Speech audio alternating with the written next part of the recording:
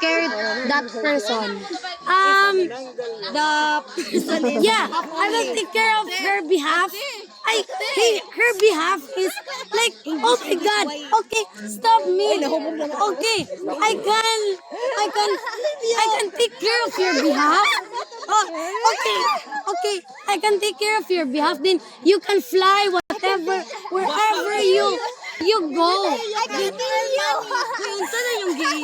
Then I can say that. No, I'm not drunk actually. I'm just saying what I want to say, and this is I. Next question. Next question.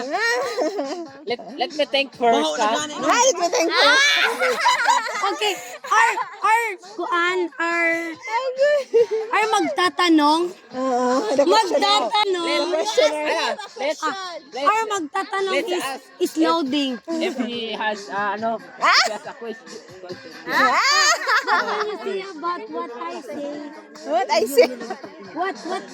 Yeah, you can share what your point of view, and then you can share with us. You are. Ay, mama!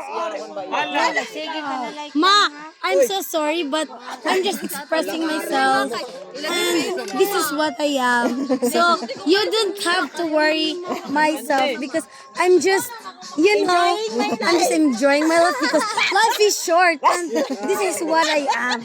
And Life is short. life is short, and this past few days I am very stressed. I need to break down all of this. I am very I have many problems and I can't say yet. And this time I want to I have a lot of problems. My English kasi. Straight ng English ni Yayang. Ma, I really love you, Papa, and everyone. But, Ma, I really care about this is my big problem. We're very... Ang imo baso ba? Ano na ba? Hindi lang na.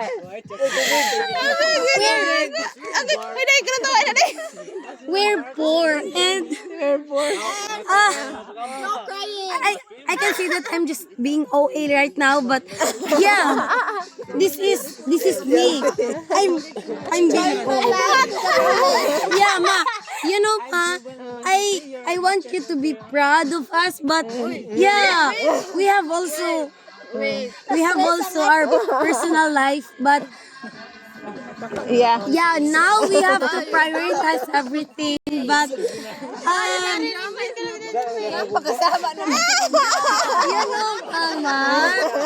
Mama, I love you and Papa. Ibalik na ang baso.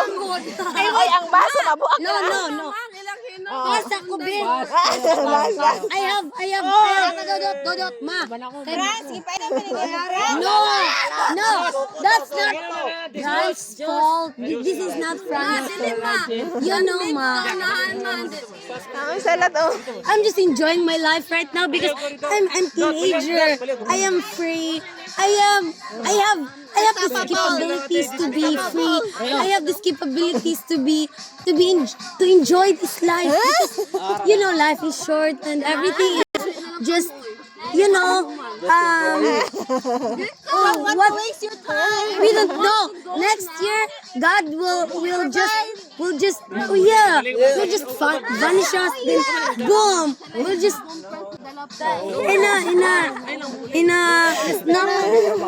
let's not chill.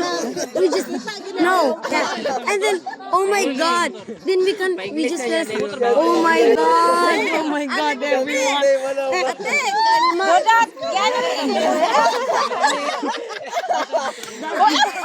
Siya yung tuwid.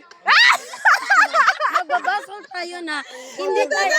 Oh my God, guys, nahuhot na ako ng aking English. I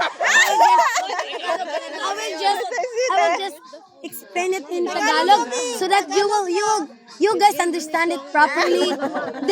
Yes, I know that everyone not understand English, so I will just translate it into Tagalog so that you guys understand it, okay? So I'll just adjust myself this time.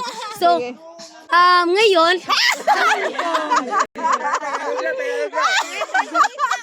alam kong, gusto ko lang talagang maranasan na maging masaya sa buong buhay ko. So, this is it. Ngayon na ang araw na ito. At masaya ako dahil my parents is hindi yun pinagkait sa akin. At gusto ko yung maranasan. I really love my mama, my papa, my auntie, my uncle, and everyone. You know, ma.